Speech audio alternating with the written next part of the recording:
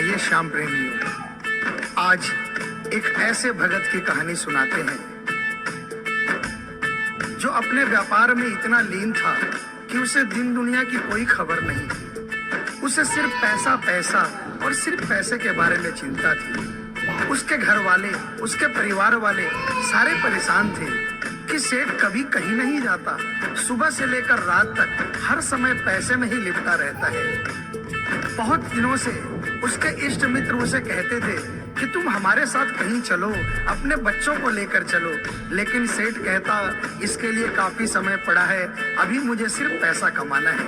लेकिन एक दिन कुछ मित्रों ने बहुत जोर दिया कि 2 दिन की छुट्टियां हैं, हम खाटू श्याम जी के दरबार में जा रहे हैं, पूरे परिवार को साथ लेकर हमारे साथ चलो। और सेठ उनको ये बात मना नहीं कर पाया और बिना मन के वो उन परिवार वालों और इष्ट मित्रों के साथ खाटू के लिए रवाना हो गया। रास्ते भर वो अपने व्यापार की बातें करता रहा। उसे खाटू जाने की जरा भी इच्छा नहीं थी। लेकिन जब खाटू पहुंचा और बाबा श्याम के मंदिर में पहुंचा और जब बाबा से नजरें मिली, उसके होश उड़ गए। सेठ के परिवार वाले सारे दर्शन करके बाहर आ गए। वो सिर्फ 1 मिनट के लिए मंदिर में आया, लेकिन घंटों तक बाबा के दरबार में खड़ा रह गया। उसको होश नहीं रहा और वो बाबा की तरफ देखकर आंखें बंद करके आंसुओं की धार बहती रही और वो बाबा से मन ही मन बातें करता रहा। जब परिवार वालों ने उसे कहा कि अब चलना है, तो सेठ ने बाबा से कहा, प्रभु मुझे अब हर महीने 11 को अपने दरबार में बुलाओ। और ये कह करके वो बाबा के दरबार से वापस अपने घर को आ गया। 15 दिन बाद 11 आई। सेठ बहुत से लोगों को लेकर अपने साथ बाबा के दरबार में गया। ऐसे हर 11 को वो खाटू जाने लगे। लेकिन एक दिन जैसे ही वो सुबह 11 को घर से निकलने लगा, मुनीम ने कहा, सेठ जी कहाँ जा रहे हो? सेठ ने कहा, अरे मुनीम तुझे पता नहीं, आज 11 है, मुझे खाटू धाम जाना है। मुनीम ने कहा, सेठ जी आपको पता नहीं, आज बाहर के कुछ व्यापारी आने वाले हैं, लाखों का सौदा होने वाला है और वो व्यापारी आज रात को वापस इंडिया के बाहर चले जाएंगे। आपके पास तो मौका है, आप 11 की जगह मावस को खाटू चले जाना। सेठ के मन में ये आया कि हाँ, इसमें क्या फर्क पड़ता है, आज यहाँ व्यापार कर लेता हूँ, सौदा कर लेता हूँ, मैं खाटू मावस को चला जाऊंगा। और सेठ उस दिन खाटू नहीं जा पाया। 11 निकल गई, मावस आई, मावस को फिर कोई व्यापारी आ गया। उसके बाद फिर पूर्णिमा आई, फिर कोई व्यापारी आ गया और इसी तरह सेठ व्यापार में फिर उलझ गया। एक दिन रात को सेठ सोया तो उसके नींदों में उसे ऐसा आभास हुआ कि उसे कोई आवाज आ रही है और उसने बड़े ध्यान से सुना। उसे लगा खाटू वाले श्याम बाबा उसे कह रहे हैं, वाह रे सेठ, मैंने तो सोचा था कि मेरे दरबार में कोई बहुत बड़ा भूला भटका भगत आया है, लेकिन मुझे क्या पता था कि कोई भगत नहीं, एक सौदागर आया है और मुझसे सौदा करके चला गया। आज तू अपने घर में, अपने व्यापार में खूब खुश है, तू वहीं पर खुश रहे। और ऐसा कहकर वो आवाज बंद हो गई। सेठ की आंखें खुली, उसके मन में ग्लानि हो गई। उसने सोचा कि मैं आज ही खाटू धाम जाऊंगा और वो जैसे ही खाटू के लिए निकला, रास्ते में एक्सीडेंट हो गया। सेठ की दोनों टांगे रह गई। अब सेठ अपने पैरों पर खड़ा नहीं हो पाया और उसके मन की मन में ही रह गई। सेठ बहुत तड़पता रहा। एक दिन सेठ अपने घर के दरवाजे पर बैठा, आंसू बहा रहा कि मेरा बुलावा क्यों नहीं आ रहा, मैंने इतनी बड़ी गलती करी, मुझे बाबा के दरबार से इतनी दूरी क्यों हो गई। इतने में उसके घर के सामने से एक डाकिया निकला।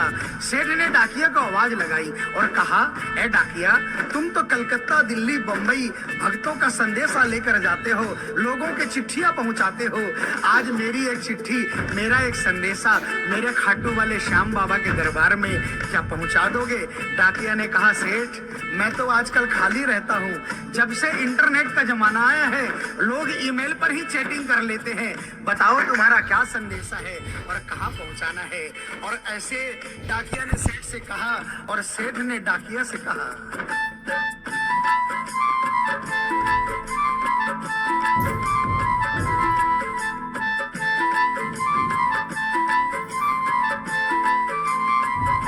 डाकिया जा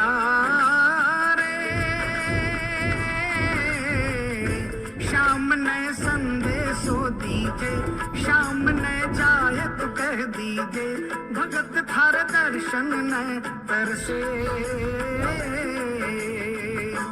डाकिया जा रे।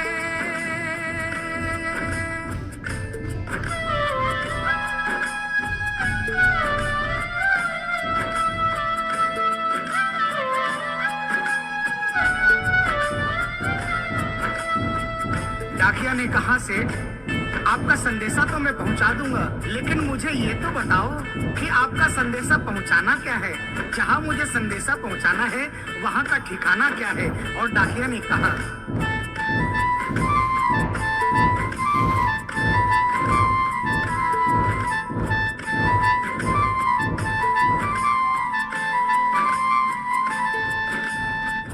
कौन से गांव थारो शाम बस्यो है, इतनो माने बता दे सेवक रे।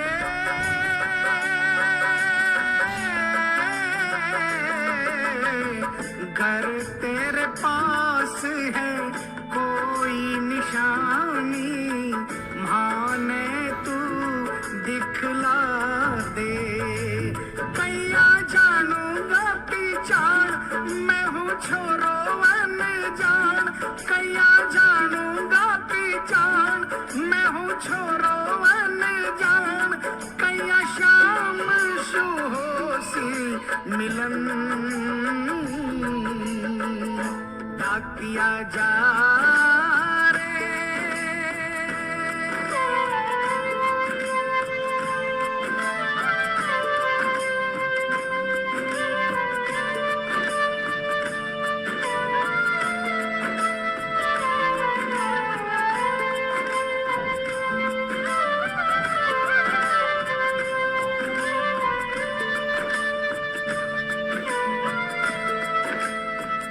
सेठ ने कहा, डाकिया मैं तुझे जिस जगह का ठिकाना बता रहा हूँ वहाँ ऐसा दरबार है जहाँ जो एक बार जाता है वो वहीं का हो जाता है। उस दरबार की खासियत है जो वहाँ पर पहली बार जाता है उसके काम बन जाते हैं। सुन वहाँ का ठिकाना क्या है।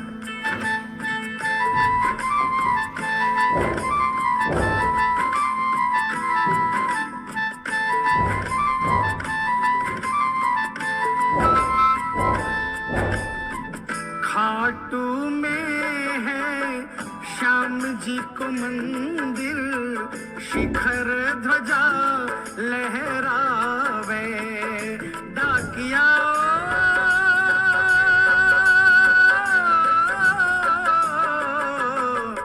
योडी पर हनुमान विराजे, सेवक चावर ढुलावे। बाके नौबत बाजे बार, गूंजे हरदम जय जयकार।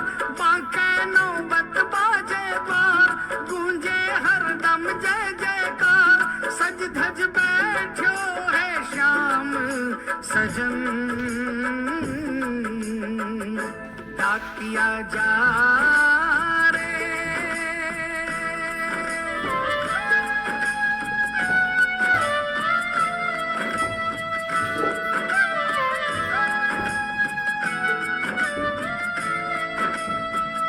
डाकिया सेठ जी के यहाँ से निकल जाता है और वो खाटू धाम के लिए प्रस्थान करता है। धीरे धीरे वो खाटू पहुँचता है और खाटू पहुंचकर बाबा के मंदिर का पता करता है और मंदिर के नीचे पहुंचकर वो पहले प्रणाम करता है और बाबा के मंदिर की 13 सीढ़ी चढ़ता है। और वो बाबा के सामने पहुंचकर बाबा की तरफ नहीं देखता, पहले अपने झोले में से वो सेठ की चिट्ठी निकालता है और चिट्ठी निकाल के पढ़ने लगता है।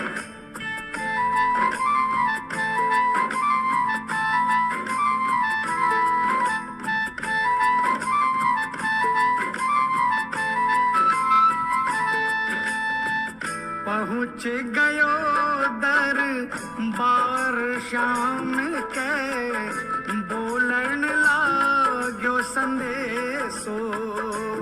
बाबा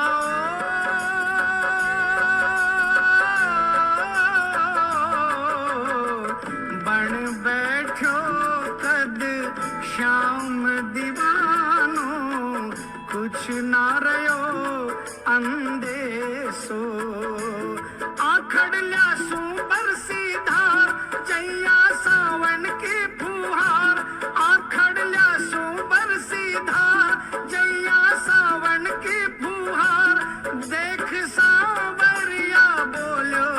प्रिय वचन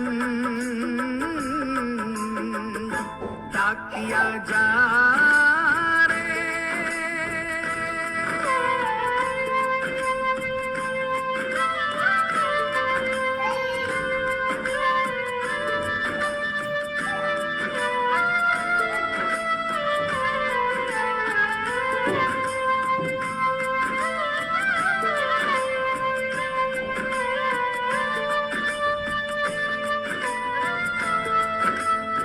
जो ही डाकिया ने सांवरे सेठ की तरफ देखा, उसके होश उड़ गए, उसकी आंखें बंद हो गई, आंखों से आंसुओं की अविरल धारा बहने लगी।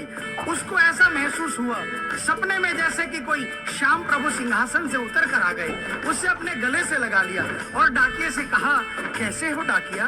डाकिया प्रभु के चरणों में गिर गया, कहा, प्रभु आज मैं धन्य हो गया, इतने वर्षों तक आपके दरबार नहीं पहुंचा, आज सेठ जी के कारण मैं आपके दरबार में पहुंच गया।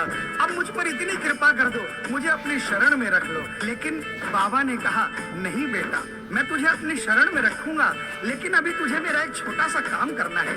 जिस सेठ ने तुझे ये संदेशा देकर भेजा है, अगर उसके पास मेरा जवाब नहीं गया तो वहां जीते जी मर जाएगा। तू मेरा एक छोटा सा काम कर दे, वापसी संदेशा तू उस सेठ को जाकर दे दे। और बाबा ने कहा,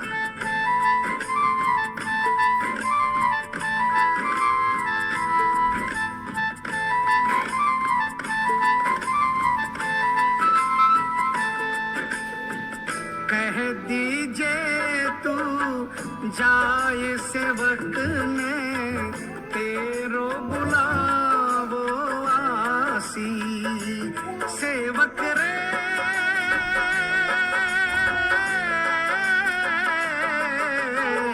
सबकी आस पुराऊं तो तू कैया रह पासी। तेरी सारी जानू बात पूरी करशू मन की आस, तेरी सारी जानू बात पूरी करशू मन की आस।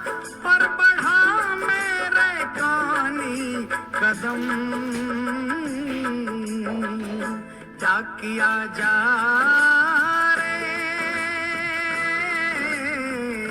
संदेशो सेवक ने दीजे, सेवकिया राह तेरी निरखे। संदेशो सेवक ने दीजे, सेवकिया राह तेरी निरखे। सेवक संदेश ने तरसे डाकिया जा रे।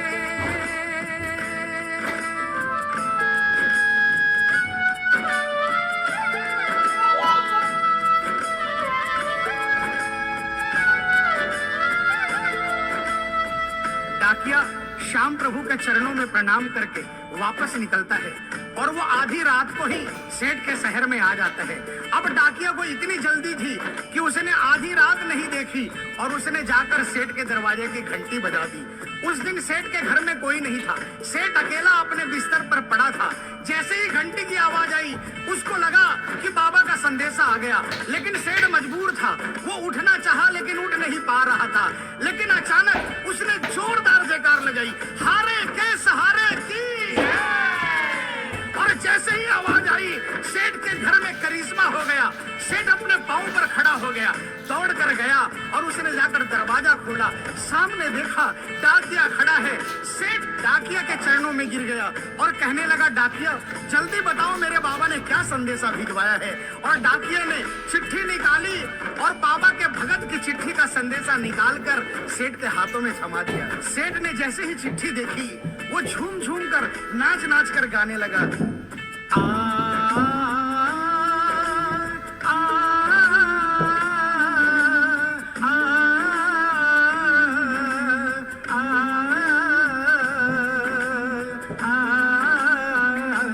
चिट्ठी आई है, चिट्ठी आई है, चिट्ठी आई है, चिट्ठी आई है, चिट्ठी आई है, खाटू से चिट्ठी आई है। बड़े दिनों के बाद मेरे श्याम धनी को आज, अरे बड़े दिनों के बाद मेरे श्याम धनी को आज भगत की याद सताई है। चिट्ठी आई है, चिट्ठी आई है, ओ चिट्ठी आई है, चिट्ठी आई है। सेठ ने वो चिट्ठी वापस डाकिए को थमा दी और कहा, डाकिया आप तो स्वयं बाबा से मिलकर आए हो, इसलिए बाबा का संदेशा अपने मुखारबिंद से मुझे सुनाओ।